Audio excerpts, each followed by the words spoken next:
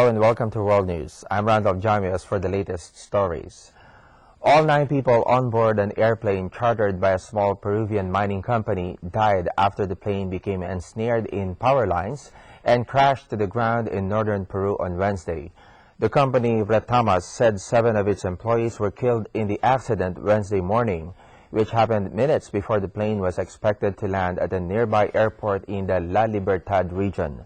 Residents in the region told the Peruvian radio program RPP that they had found the charred remains of the plane and those on board. Meanwhile, in the U.S., firefighters are battling several bushfires in southern Florida Wednesday evening. One of the major fires is in Charlotte County, where some homes are being evacuated. Officials are still unsure of how many acres have been burned so far. Fortunately, they said there have been no reports of any injuries. Several roads in the area have been closed due to poor visibility. Still in the U.S., an African lion attacked and killed an employee of a private wildlife sanctuary in Central California on Wednesday. Deputies responding to reports of an injured person at Cat Haven in Dunlap, California, found a severely wounded person inside the lion enclosure. Authorities did not immediately identify the victim. Representatives for Cat Haven could not immediately be reached for comment. The Fresno Bee, citing a spokeswoman for the facility, reported that the victim was a 26-year-old woman who had been working there as a volunteer intern and who had entered the lion's enclosure before the attack. In other stories, EU antitrust regulators fined Microsoft €561 million on Wednesday for breaking a promise to offer European consumers a choice of web browsers.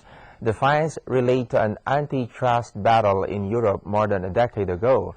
In order to avoid the penalty then, Microsoft promised to offer European consumers a choice of rival browsers. EU antitrust regulators said this did not happen for a period during February 2011 and July 2012, a lapse Microsoft blamed on a technical error. It is said it since tightened internal procedures to avoid a repeat.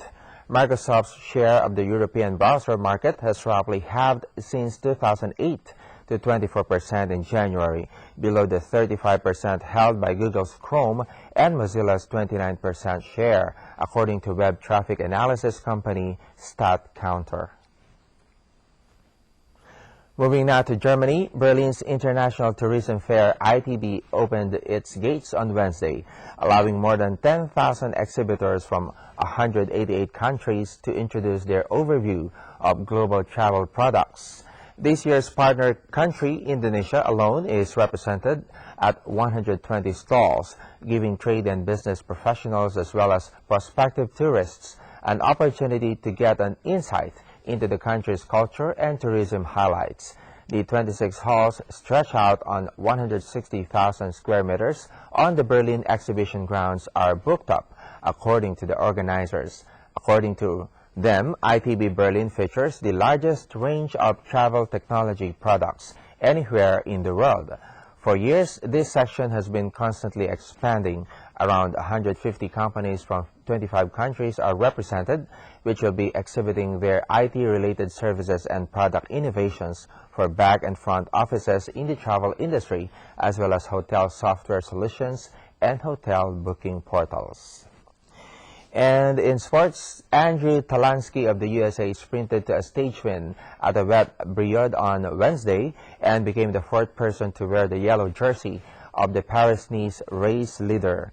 Talansky, born in Miami and living in North Carolina, made his move with less than 10 kilometers remaining on the 170.5-kilometer stage from Châtel-Guyon to Briod. He joined the leading group of 7 others after a fast descent from the final climb. Sky Pro Cycling Team had made a running earlier, driving on the peloton with Astana team, but an attack on the descent saw Sky's Vasily Kirienka crash out in a lurid slide, nearly taking out Andriy Grivko of Astana.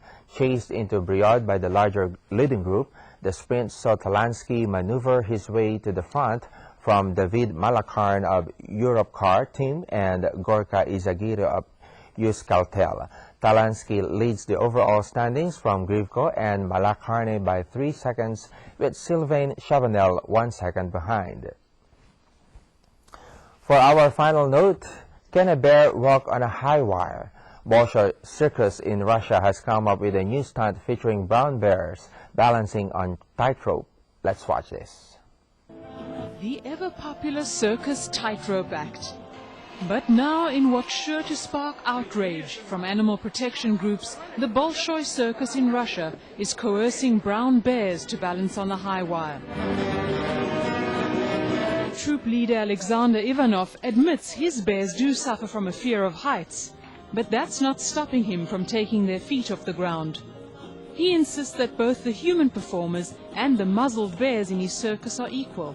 У меня нет подразделения на медведей и дрессировщиков. У меня есть одна команда. I don't make a distinction between bears and performers. There's just one team, as you see at the performance. We have sailors, bear sailors, wearing sailor shirts and pants, and people acting as sailors, and we have an adventure of our own. And there are a lot of daring things happening in the ring when we perform. So I have one team, a team of bears and actors, and that's how we work here.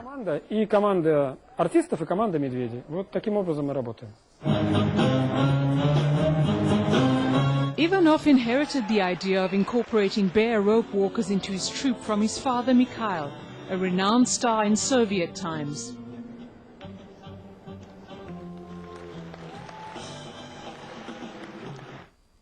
That's truly amazing. And that ends the stories. Thanks for the company and see you again.